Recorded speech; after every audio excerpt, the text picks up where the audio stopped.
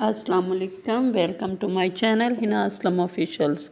अपने नए नावल मैं बरसों का मुसाफिर के साथ हाज़िर खिदमत हूँ। मैं बरसों का मुसाफिर एक बूढ़े शख्स की ख्वाहिशों की ऐसी मुनफरिद दास्तान है जो इससे पहले आपने कभी पढ़ी या सुनी नहीं होगी। तो चलिए चलते हैं नावल की तरफ। आज किस्त नंबर 15 है। ये भूख मिटेगी तो असल मंजिलों के निशान ढूंढ सकूँगा। इंसान कभी कभी भटक भी जाता है, इसे समझ नहीं आता कि वो क्या चाहता है। वो पाना कुछ और चाहता है, तलाश कुछ और करता है। मुझे नहीं पता बाबा साईं, मुझे किस चीज़ की तलाश है, ये सफ़र किस पगडंडियों की तरफ जा रहा है। मुझे अपनी असल मंजिल की निशानदही अपनी असल मंजिल के निशान भी नहीं मिल रहे। वो बोलते हुए बाबा साईं के करीब आ गया और उनके पाँव के करीब बैठ गया और अपना सर उनके घुटनों पर रख दिया। बाबा साईं, मैं कहाँ इस काबिल था कि इतनी खुशियों को समेट सकता। आपकी अनायात ने मुझे झुका दिया है। मैं कैसे उन खुशियों के बोझ को उठा पाऊँगा बाबा साईं। आपकी दुआओं ने मुझ जैसे इंसान को कहाँ से कहाँ पहुँचा दिया। बाबा साईं ने नफ़ी में सर हिला दिया। नहीं सिकंदर, ये सब कुछ तुम्हारी किस्मत में लिखा था, फिर इन्हें कौन रोक सकता था। मैंने तो बस तुम्हारे सफ़र को आसान करने की दुआ की है। बाबा साईं, दुआ ही तो वो ताकत है जो इंसान को कहाँ से कहाँ पहुँचा सकती है। उन्होंने बाबा साईं के घुटनों से सर उठाया। बाबा साईं ने इनके कदमों को थपथपाया और चल दिए। सिकंदर अली खान ने वज़ू किया और ईशा की नमाज़ अदा करने लगे। नमाज के बाद उन्होंने नवाफिल अदा किए और अपने कमरे से बाहर निकल आए, जहाँ सब लोग खाने पर इनका इंतज़ार कर रहे थे। बाबा जान को देखकर सब उठ खड़े हुए। बच्चियाँ एक साइड पर खड़ी थी, सरों को ढांपे, नज़रें झुकाकर। बाबा जान आगे बढ़े और बारी बारी उनके सर पर अपना हाथ रखा। बाबा जान को पता नहीं उनके चेहरों पे क्यों थकावट सी लग रही थी। ताहरा बीबी, जी बाबा जान। वो फ़ौरन उनके करीब आकर बोली, बेटे बच्चियों की शादियां अब करीब हैं, इनका ख्याल रखा करो। जी बाबा जान। बाबा जान ने बैठते हुए सबको बैठने का इशारा किया। लड़कों की नज़र बेख्तियार एक लम्हे के लिए लड़कियों की तरफ उठी और फ़ौरन झुक गई। इनकी कहाँ इतनी जसारत थी कि बड़ों के बैठे हुए इन लड़कियों को आंख भर कर देख भी सकते। जाओ बेटे, जाकर खाना खाओ, इधर किसी मुलाजमा को भेज दो। दिन के कहने की मुंतज़िर थी, फ़ौरन चल दी। मगर किसी का खाना खाने को दिल नहीं चाह रहा था। मगर जब तक बड़े बैठे थे वो अपने कमरों में भी नहीं जा सकती थी। खाने की बजाय दिल कर रहा है जहर खा लें। दिलशा गुस्से से भरपूर लहजे में बोली, क्यों, अब तुम्हें क्या तकलीफ़ हुई है? चुप करके खाना खाओ। ज़रबख्त इसे घूरते हुए बोली, दीदी, एक तो आप भी दिल का गुबार भी नहीं निकालने देती, एक तो तुम लोगों के दिल किसी अनोखी चीज़ के बने हुए हैं, हर वक्त इनमें दुख छलकता रहता है। डिस्टर्ब मत करो दिलशा, मैं कोई डिज़ाइन बना रही हूँ। सदा की लापरवाह सोहा को सिर्फ हर वक्त अपनी डिज़ाइनिंग की फ़िक्र होती थी। ज़रबख्त ने देखा फातिमा सिर्फ कांटे और चम्मच के साथ खेल रही थी। वो इधर उधर से बेखबर किसी गहरी सोच में गुम थी। फातिमा चंदा, खाना खाओ, क्या सोच रही हो? ज़रबख्त ने उससे टोका। कुछ नहीं दीदी। वो चौंकी। ज़रबख्त उठकर उसके करीब आई और उसे अपने साथ लगा लिया। फातिमा का जब टूट गया, इसे ज़रबख्त के नरम बाहों का सहारा मिला तो वो जब्त किए हुए आंसू बह निकले। अब तुम्हें क्या हुआ है फातिमा? सोहा फिर से झंझलाई। ज़रबख्त ने सोहा को घूरा। फातिमा मेरी जान, क्या हुआ है? तुम ठीक तो हो? फातिमा के आंसू अब ज़रबख्त के दुपट्टे को भिगो रहे थे।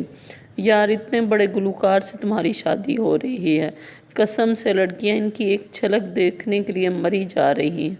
क्या पर्सनालिटी है। अगर तुम्हारी जगह मैं होती तो अब तक मर चुकी, तुम्हारी जगह मैं होती तो अब तक खुशी से ही मर गई होती। फ़रियाल अपनी शौक फितरत के हाथों मजबूर होकर आंखें बंद किए बड़े जज़ब से बोल रही थी। इसके पास बैठी गुलबख्त ने पीछे से इसकी कमर पे मुक्का मारा और उसने आंखें खोल दी। क्या है दीदी? बहुत ज़ोर से लगा। वो झुंझलाई। خواب سے بیدار ہو جاؤ۔ لاپرواہی سے کہتے ہوئے وہ پھر کھانے میں مگن ہو گئی۔ ایک تو دیدی آپ مارتی بہت زور سے ہیں، وہ پھر جھنجھلائی۔ ایک تو تم لوگوں کو اپنی ہی پڑی رہتی، ہر وقت چونچ لڑاتی رہتی ہو، تمہیں دوسروں کی کوئی فکر ہی نہیں۔ فاطمہ بیٹے کیا ہوا ہے؟ چلو جلدی سے کھانا کھاؤ۔ زربخت فاطمہ کو اپنے ہاتھوں سے کھانا کھلانے لگی۔ اس نے تھوڑا سا ہی کھایا تھا، پھر زربخت اسے اس کے کمرے میں چھوڑ آئی۔ زربخت جانتی تھی کہ وہ کیوں رو رہی ہے۔ طابہ اور زربخت کچن میں کام کر رہی تھی۔ زربخت کافی بنا کر میرے کمرے میں لے آؤ۔ پیچھے سے دلاور کی آواز آئی۔ دونوں نے چونک کر دلاور کی طرف دیکھا۔ جی ٹھیک ہے، زربخت نے جواب دیا۔ طابہ بیٹے اب طبیعت کیسی ہے؟ وہ تو طابہ سے پوچھنے لگا۔ ٹھیک ہوں ادا۔ اچھی بات ہے بیٹے، طبیعت ٹھیک ہی رہے تو اچھا ہے، ورنہ ڈبل ڈوز کی ضرورت پڑتی ہے جو کہ نقصان دہ ہوتی ہے۔ وہ پتہ نہیں طابہ کو سمجھا رہا تھا یا دھمکی دے رہا تھا۔ زربخت باقی لوگوں کو کافی دے کر میرے کمرے میں کافی پہنچا دینا۔ وہ ایک گہری نظر زربخت پر ڈالتے ہوئے کچن سے نکل گیا۔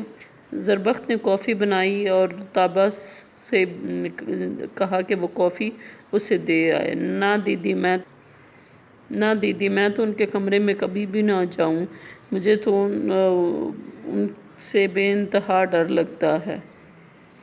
زربخت نے دروازے پر دستک دی۔ دلاور کی آواز میں تھکن واضح تھی۔ آ جاؤ۔ وہ اندر آئی تو وہ آنکھیں بند کیے بیڈ پر لیٹا تھا، چہرے پر کسی سوچ کی پرچھائی تھی۔ اس نے کافی اس کی سائڈ ٹیبل پر رکھی اور جانے لگی، لیکن اس کا ہاتھ کسی مضبوط ہاتھ میں تھا۔ اس نرمی سے تو دلاور نے کبھی اس کا ہاتھ نہیں پکڑا تھا، ہمیشہ اس کے ہاتھ صرف اس کے وجود کو اذیت پہنچاتے تھے۔ آنکھوں میں نمی پھیلنے لگی، اس کا وجود کانپ سا اٹھا۔ اس کے وجود میں ہوتی ہوئی لرزش کو دلاور نے بھی محسوس کیا۔ زربخت لاشعوری طور پر اپنا ہاتھ چھڑوانے لگی۔ اٹھ کر اب اس کے سامنے آ چکا تھا۔ یہ ہاتھ میں نے چھوڑنے کے لیے نہیں پکڑا، کوشش کر لو نہیں چھوٹے گا۔ یہ ہاتھ خان پکڑایا گیا ہے، آپ نے نہیں پکڑا، اس نے جتایا تھا۔ ہاں پکڑایا گیا ہے، مگر میری رضا سے۔ وہ مسکرایا تھا۔ خان آپ کی کافی ٹھنڈی ہو رہی۔ وہ اسے کافی کی طرف متوجہ کر کے جانا چاہتی تھی۔ دلاور سکندر کے سامنے کھڑا ہونا اب اسے دشوار۔ کافی ٹھنڈی ہو رہی ہے تو ہونے دو۔ زربخت کا ہاتھ ہنوز اس کے ہاتھ میں تھا۔ خان اب آپ کیا چاہتے ہیں؟ سب کچھ تو آپ کی مرضی کے مطابق ہو رہا ہے۔ وہ روحانسی سی ہوئی۔ آپ پلیز مجھے جانے دیں۔ دلاور نے نفی میں سر ہلایا۔ کچھ نہیں چاہتا، صرف تمہاری پسند پوچھنا چاہتا ہوں کہ تم میری پہلی بیوی بننا پسند کرو گی یا دوسری؟ خان میں لفظ چوائس سے نا واقف ہوں۔ جہاں سارا کچھ طے کر لیا وہاں یہ بھی طے کر لیں۔ نہ چاہتے ہوئے بھی اس کے لہجے میں تلخی سی آ گئی۔ زربخت تمہیں میرے الیکشن جیتنے کی خوشی نہیں ہوئی، تم نے مجھے مبارکباد تک نہیں دی۔ تمہیں پتہ ہے جیسے ہی ابیہا کو میری جیت کی خبر ہوئی اس نے فوراً مجھے فون کیا۔ اس کی خوشی دیدنی تھی۔ خان وہ ابیہا ہے، اسے اظہار کا طریقہ آتا ہے۔ وہ اپنے ایک ہی جملے میں اسے بہت کچھ سمجھا گئی تھی۔ زربخت تمہارے منہ سے لفظ خان بہت اچھا لگتا ہے۔ خان پلیز اب مجھے جانے دے، میں نے کچن میں کام کرنا ہے۔ وہ بیزار سی ہوئی۔ دلاور نے اس کا ہاتھ چھوڑ دیا اور وہ کمرے سے چلی گئی۔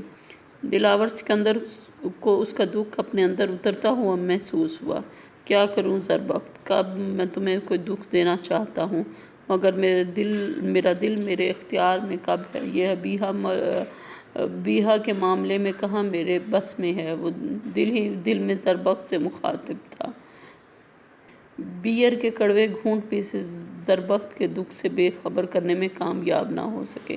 سکندر علی خان اپنے کمرے میں آئے تو مالا بیگم کی تصویر پھر سامنے تھی۔ آج کی رات تو پھر یادوں میں سلگنے کی رات تھی۔ آج کے لیے اتنا ہی، ملتے ہیں اگلی قسط میں۔ اگر آپ کو میرا ناول پسند آئے تو لائک کریں، ویڈیو کو شیئر کریں اور میرے چینل کو سبسکرائب کریں۔ شکریہ۔